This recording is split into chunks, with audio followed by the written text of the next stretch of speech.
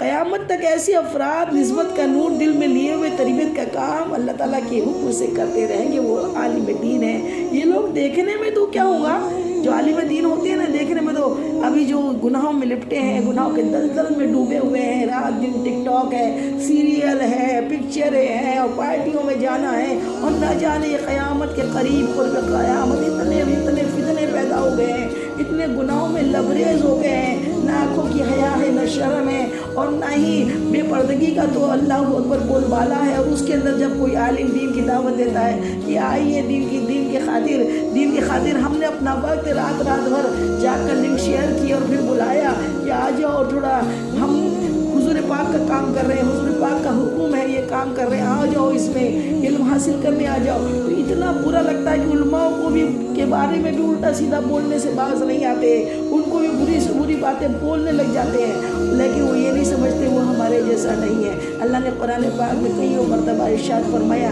کہ بتاؤ تو صحیح کہ ایک عالم اور ایک جاہل ایک برابر ہوتا ہے، لیکن اگر وہ اچھے سے بات کرتا ہے تو سب اس کو اپنے برابر ہی سمجھنے لگ جاتے ہیں۔ عالم کی تو عزت ہی نہیں کرتے، اور جب عزت نہیں کریں گے تو علم کہاں سے ملے گا؟ عالم جو ہے وہ بظاہر جو ہے وہ لوگ دیکھنے میں ایک فرد، ایک انسان، ایک شخص نظر آتے ہیں، لیکن اصل میں مگر حقیقت میں وہ ایک پوری جماعت سے بھی زیادہ وزنی ہوتے ہیں، پورے گروپ سے زیادہ وزنی ہوتے ہیں۔ اللہ نے اتنا علم دیا کہ وہ شیطان پہ 1000 پٹ زیادہ بھاری ہوتے ہیں۔ شیطان ان کے پاس اپنے حرکتوں سے ان کا کچھ بگاڑ نہیں سکتا ہے، کیونکہ ان کے پاس اللہ تعالیٰ علم دیتا ہے، اور اللہ ہی بچانے والا ہے شیطان سے۔ علم نہیں بچاتا، لیکن علم جب آ جاتا ہے تو وہ بچنے کا اس کو معلوم ہو جاتا ہے یہ کام غلط ہے، میں کسی کو برا بولوں یہ کام غلط ہے، میں غلط دیکھوں یہ کام غلط ہے، میں کسی کا حق تلفی کروں، میں سود کھاؤں، میں یہ کروں، یہ سب چیز غلط ہے، یہ علم سے آ جاتا ہے۔ اور جب ساتھ میں علم کے تربیت بھی ملتی ہے نا، تو پھر تو وہ بندہ ایسا نورانی ہو جاتا ہے، سبحان اللہ سبحان اللہ۔ اور اسی بارے میں جیسے اللہ تعالیٰ قرآن پاک میں ارشاد فرماتا ہے اِنَّ ابراہیم کان امۃ، یعنی ابراہیم تو ایک امت تھا۔ ابراہیم علیہ السلام کے بارے میں اللہ تعالیٰ نے ارشاد فرما رہا ہے ابراہیم صرف ابراہیم نہیں ہے، وہ پوری ایک امت ہے۔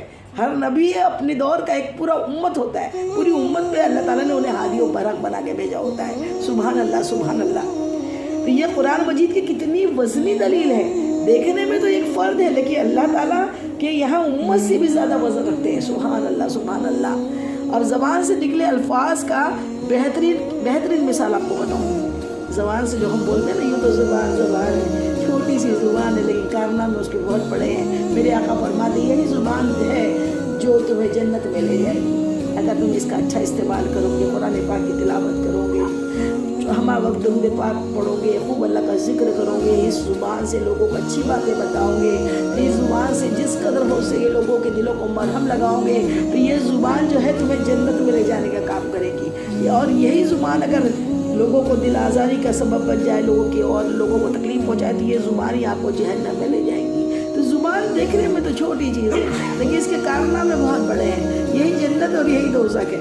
یہ اچھا کریں گے تو یہ جنت میں لے جائے گی، اور یہ برا کریں گے تو یہ جہنم میں لے جائے گی۔ اللہ اکبر اللہ اکبر۔ تو زبان سے نکلے الفاظ کی اتنی بہترین مثال دیکھیے، غور کیجیے، آپ غور کیجیے کہ جب کوئی کافر ہے اور کلمہ پڑھتا ہے، غور کیجیے کہ جب کوئی کافر کلمہ پڑھتا ہے تو اس کو کوئی بھاگا دوڑی یا ورزش کرنے کی ضرورت نہیں پڑتی نا بھائی، اس کو تو کلمہ پڑھنا ہے، اس کو اللہ تعالیٰ ہدایت دے دی۔ اب وہ کفر میں پیدا ہوا، لیکن اللہ تعالیٰ کی ہدایت اسے مل گئی، اور اسے کفر سے نور میں اللہ ہی لے کر آنے والا ہے۔ اللہ ہے جو اندھیروں سے اجالوں کی طرف، اللہ ولی السماوات، اللہ پاک کیا ہے، مومنوں کا کیا ہے، دوست ہے۔ اللہ تعالیٰ ان کو اندھیروں سے اجالوں کی جانب لے کر آتا ہے۔ اللہ تعالیٰ کو قرآن میں ارشاد فرماتا ہے۔ تو غور کیجیے، جب کوئی کافر ہوتا ہے، اللہ تعالیٰ کی اس کے اوپر رحمت کی نظر پڑ گئی، اور اس کو اللہ تعالیٰ نے ہدایت دے دی کہ وہ کلمہ پڑھ لے، تو جب وہ کلمہ پڑھنے لگتا ہے تو اس کو کیا ہوتا ہے کہ اس کے لیے اس کو کوئی کوشش کرنے کی ضرورت نہیں پڑتی، کوئی بھاگا دوڑی یا ورزش نہیں کرنی پڑتی، بلکہ صرف اپنی زبان سے کلمے کے 2 الفاظ کہنے پڑتے ہیں، کلمہ پڑھنا پڑتا ہے۔ کیا پڑھنا؟ اسلام میں داخل ہونے کے لیے کیا پڑھنا پڑے گا؟ لا الہ الا اللہ محمد رسول اللہ صلی اللہ تعالیٰ علیہ وسلم، دل سے گواہی دے دی کہ میں اللہ ایک ہے, اللہ کے سوا کوئی عبادت کے لائق نہیں, اور محمد مصطفیٰ صلی اللہ تعالیٰ علیہ وسلم اللہ کے رسول ہے. بس اتنا اس نے کہا, اس کے لیے کوئی اس کو پہاڑ اٹھانا نہیں پڑا, محنت کرنی نہیں پڑی, بس اس نے اتنا کہہ دیا زبان سے اور دل میں مان لیا. تو زبان سے کہنا ضروری ہے, اس نے کہہ دیا لوگوں کے سامنے. دیکھیے کلمہ ایک یہ ہوتا ہے کہ لوگ بولتے ہیں مسلمان بن گئے, لیکن ظاہر میں وہ دنیا سے ڈرے ہوئے, دنیا کے ساتھ میں اپنے کام کرتے رہتے ہیں, اور پھر دوسروں کو دھوکہ دینے کے لیے بولتے ہیں میں مسلمان بن گئی ہوں, بن گیا ہوں. تو یہ سب جھوٹی باتیں ہیں. اگر جب تک کلمہ پڑھائے تو زبان سے اقرار بھی کرنا ہے اور لوگوں کو بتا بھی دینا ہے میں مسلمان ہوں. سبحان اللہ سبحان اللہ. تو یہ مسلمان اگر بندہ بن گیا ہے تو پھر اس کے لیے کیا کرنا پڑا, اس کو صرف اپنی زبان کا یوز کرنا پڑا. کتنا سا کلمہ پڑھا, وہ مسلمان ہو گیا, اور اس کو کوئی بھاگ دوڑی ورزش نہیں کرنی پڑی. تو اپنی زبان کے یہ 2 الفاظ کہنے پڑتے ہیں, اور اس کے ادا کرنے سے پہلے وہ کافر ہوتا ہے, اور کہنے کے بعد مسلمان بن جاتا ہے. سبحان اللہ سبحان اللہ. پہلے اللہ کا دشمن تھا, اب اللہ کے دوستوں میں شامل ہو جاتا ہے. پہلے شیطان کا بندہ تھا, اب رحمان کا بندہ بن جاتا ہے. ایک زبان کا استعمال اس کو کافر سے مسلمان بنا دیتا ہے, شیطان سے رحمان کا بندہ بنا دیتا ہے, اور اس کو جہنم سے جنت والا بنا دیتا ہے. سبحان اللہ سبحان اللہ. اور اس کے اگر 100 سال کے بھی گناہ ہوں گے تو پروردگار عالم اس کے 100 سال کے گناہوں کو بھی معاف فرما دے گا. سبحان اللہ.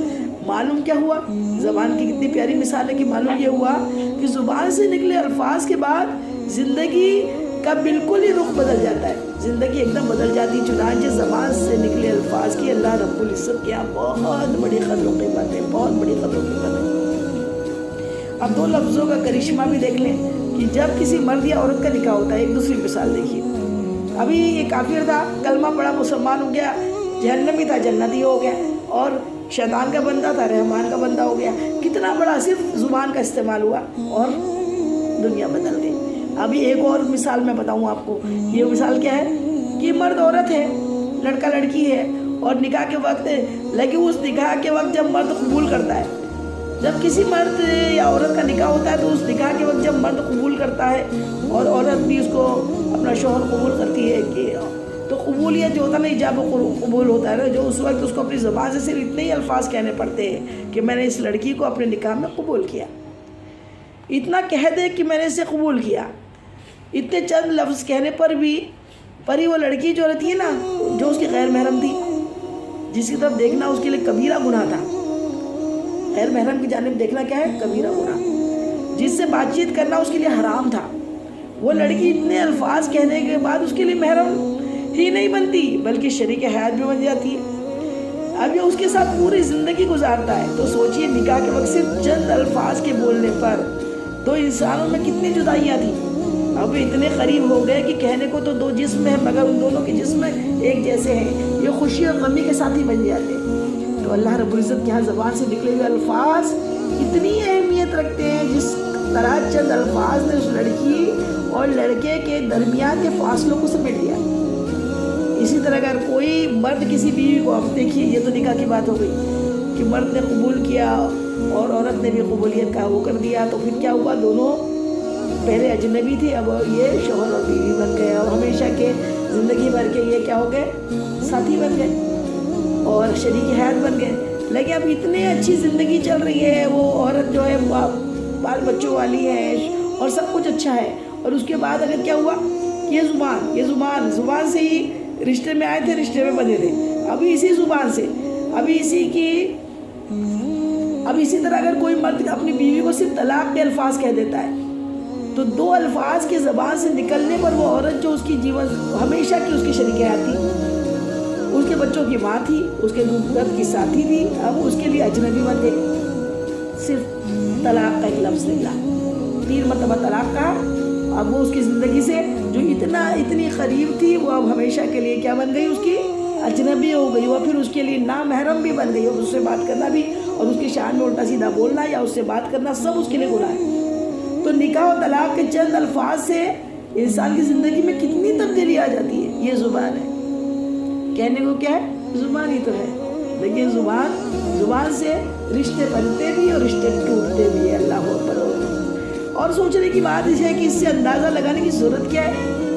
اب ہم آئیے اور تفکر کریں کہ انسان کی زبان سے نکلے ہوئے الفاظ اللہ رب العزت کیا کتنے وزن رکھتے ہیں, اور ہمیں کہ زبان کے الفاظ نکالے ہی چلے جاتے ہیں اور احساس بھی نہیں رکھتے کہ ان الفاظ کا کیا مطلب ہے اور دوسروں پر اس کا کیا اثرات پڑ رہے ہیں. کہ ہم کسی دوسرے کو تکلیف تو نہیں پہنچا رہے, ہم اللہ کی کسی مخلوق کا دل تو نہیں جلا رہے. غور کرنا چاہیے, غور و تفکر کرنا چاہیے کہ ہم اپنی زبان سے ایسے کلمات تو نہیں نکال رہے جو کفر کے کلمات کہلاتے ہیں. اللہ اکبر. کئی مرتبہ انسان کچھ بول لیتا ہے اور کفر میں داخل ہو جاتا ہے, اسے معلوم ہی نہیں پڑتا کہ وہ کب کافر ہو گیا اور وہ کفر میں داخل ہو جاتا ہے. اسی لیے اپنی زبان کا صحیح استعمال کرے, بیلنس رکھے, اس کو روکے, کنٹرول کرے. اس لیے تو کتنا ہی غصہ آ جائے, اللہ تعالیٰ نے قرآن پاک میں فرما دیا نا, ان اللہ مع الصابرین, اللہ صبر کرنے والوں کے ساتھ ہے. جو صبر کر لیتا ہے وہ اسلام میں داخل رہتا ہے, اور جو صبر چھوڑ کے کچھ بھی کلمات کہہ دیتا ہے, کفریہ کلمات اپنی زبان سے نکال لیتا ہے, تو پھر وہ کیا ہو جاتا ہے,